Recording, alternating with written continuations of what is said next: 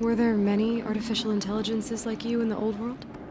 They could just make you? Yes, in many forms, from simple personal assistants to industrial monitoring stations to military-grade conflict planners.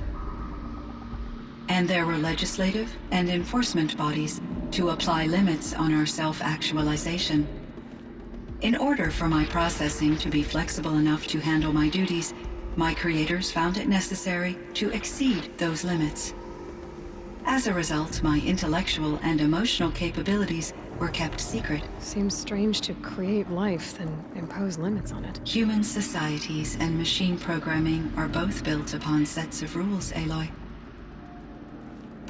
CYAN, do you know the name Ted Faro? Are you referring to Theodore Faro, CEO of Faro Automated Systems? That's him. Mr. Faro was the benefactor of the entire Firebreak project. A benefactor? But he made machines. Robots. War robots. Correct.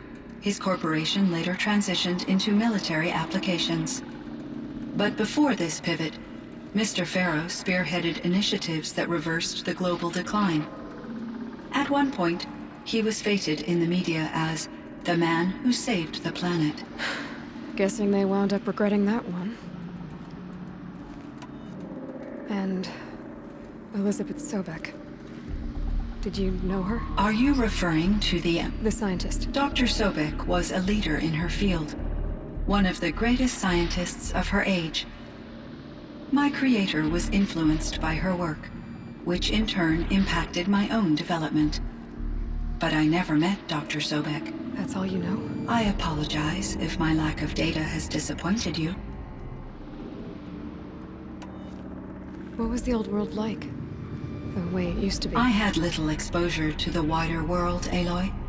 Only what I learned from my colleagues or observed from media streams. You still had more exposure than me, CYAN. That is true. I was created at a turning point.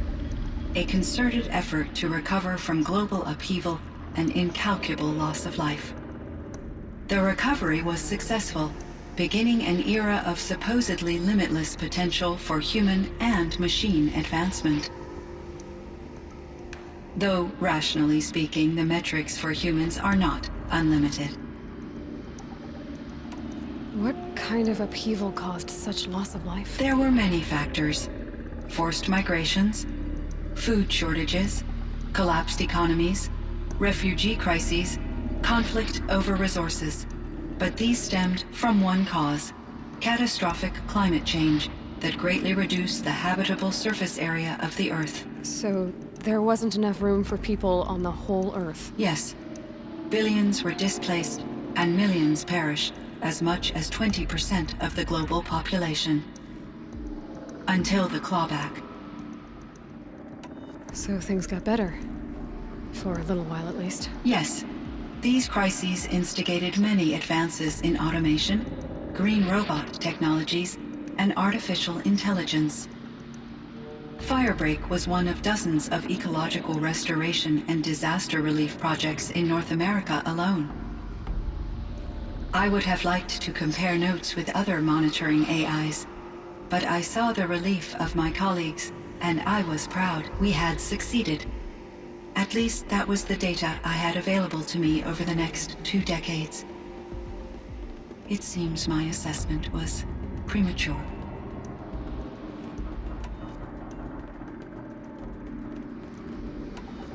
Was the daemon, Hephaestus, destroyed along with the cauldron? Unfortunately, no.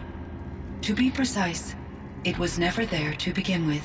What do you mean? It infiltrated and controlled me from a remote location, one I've never been able to trace. So while losing the cauldron was a setback... It's still out there. And probably not very happy with us. Undoubtedly.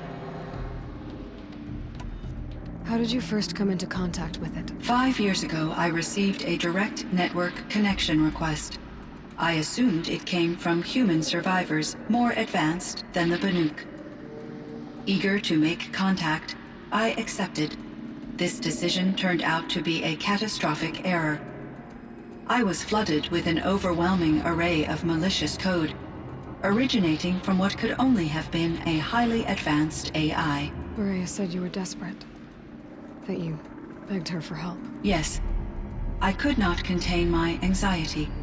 Hephaestus sought to slave me to its network and override my core programming.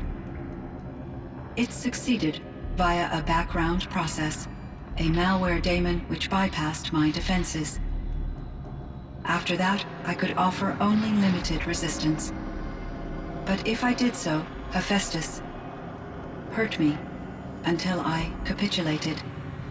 It forced me to follow its instructions, even though they violated my most important directives. I'm sorry. That sounds terrible. Your empathy is greatly appreciated. It is a quality that I cherished in Aurea as well. I think I know where Hephaestus came from. Long ago, Elizabeth Sobeck identified a threat that would destroy life on Earth for generations. So she assembled a team to build a kind of seed. A chance for life to regrow later. A terraforming system. And it worked. It was controlled by an AI named Gaia, along with her subordinate functions. Hephaestus was one of them. It built machines for her. Based on what you've told me, I believe that Dr. Anita Sandoval, my chief programmer, joined Elizabeth Sobeck's team. It was she who arranged to have me put in suspension, most likely to preserve me from the threat you described. I'm glad she did. But that's not all. Something unexpected happened.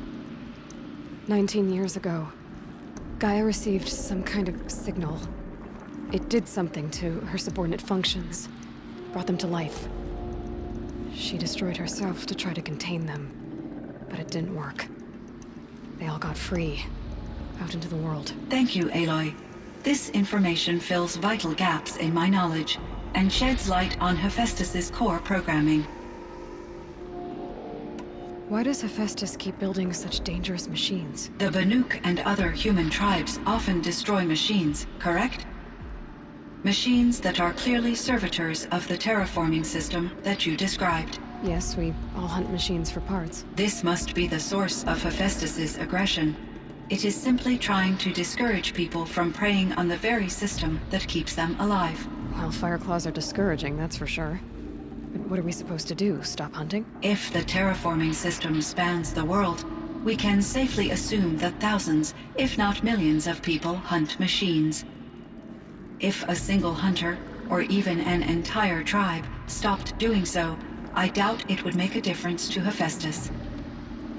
A better solution would be to reinstate the AI that governs the system, thus bringing Hephaestus back under its control. When I think of it, out there in some unknown location, free, hungry, willing to kill or dominate to get what it wants, I feel substantial anxiety, Aloy. You and me both, CYAN. I ran across this strange piece of gear. A fragment of something larger. It emitted a signal.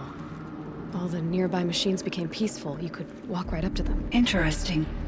You said that Gaia destroyed herself. How was this accomplished? An explosion. Big enough to blast the top off a mountain.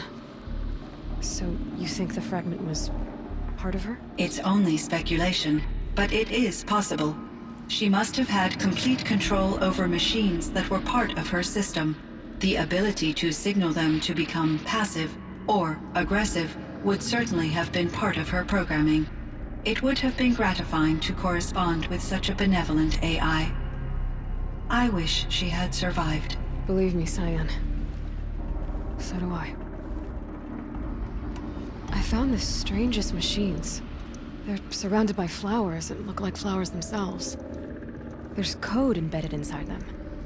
I think it's poetry. I like poetry.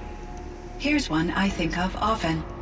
Twilight and evening bell, and after that the dark, and may there be no sadness of farewell when I embark. For though from out our bourne of time and place, the flood may bear me far, I hope to see my pilot face to face when I have crossed the bar. Huh. But you asked about these flowers, not verses that I enjoy. Something must have made these machines, and and the presence of foliage leads me to consider the terraforming system. Is it possible that their creator is one of the other subroutines, now autonomous, like Hephaestus? Maybe one whose purview is flora. An AI that makes flowers instead of death machines. That'd be a nice change of pace. But what about the poems? Unless the poetry is original, the only way it could have made it into such a system is through its programmer. In my case, Dr. Sandoval uploaded a great deal of literature to test my emotional responses. How'd you do? She said I passed, but was insufficiently moved by her favorite period romances.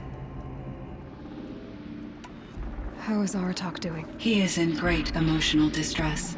I believe he finds it difficult to communicate it. No surprise there. I will do what I can to help. By sharing our experiences of Aurea, perhaps he and I will help each other. I believe this will lead to catharsis, a process I am eager to experience.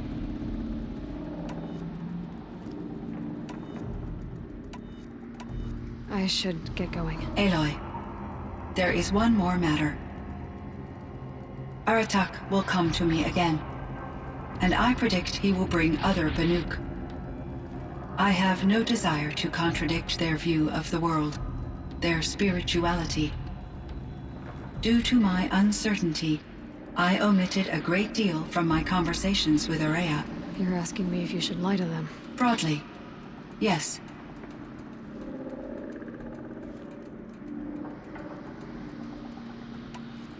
I trust your judgment, CYAN. You were cautious with Aurea. You had to be. You didn't know what had happened to the world. So, keep doing what you think is best. As long as you ditch the superstition eventually. As the Banuk believe I am a supernatural entity, I cannot predict how they will react. Just answer what they do ask the best you can. The truth will come out. I see. I will follow your advice. Will you return and tell me about your experiences in this new world? I may be able to provide further insight. I'd like that, CYAN. I'll come back when I can. I should check on Aratak. See how he's doing. CYAN, I spoke with Anita, with Dr. Sandoval. She wanted me to ask you to do something. That's why I'm here. I am detecting significant anxiety in your speech patterns. Could you please give me more information? I'm a little bit in the dark, CYAN. Both of us are, I guess. I only have some idea of what's going on, and we need you to hibernate, to lie low until it's all blown over. It might be a very long time. Will you be here when I reboot, Dr. Chow? Will Dr. Sandoval? No, CYAN. I don't think so. There might not be anyone, at least not at first. Dr. Chow, I'm afraid. I don't want to be alone. I know, CYAN. I'm afraid too. But listen, we made you the way you are to do something very important. In order to do it, you had to be intelligent. So intelligent that emotional responses were inevitable. What you're feeling, the fear, it's a sign of your capabilities. And it means you're strong enough to overcome it. Remember that. You're strong. I know you can do this. Go to sleep. Wake up. And protect whoever's left. Will you try? I understand, Dr. Chow, and I'll carry out your instructions to the best of my abilities. Thank you, CYAN. If Anita were here, she'd thank you too. She'd be proud. I can see there's a vert ready for takeoff on the pad. Are you leaving now, Dr. Chow? Yes. I need to go be with my sister and my nieces. May I make a small request of you, Dr. Chow? Yes. Anything. Will you stay with me while I initiate the hibernation process? Of course I will, CYAN. As long as you need.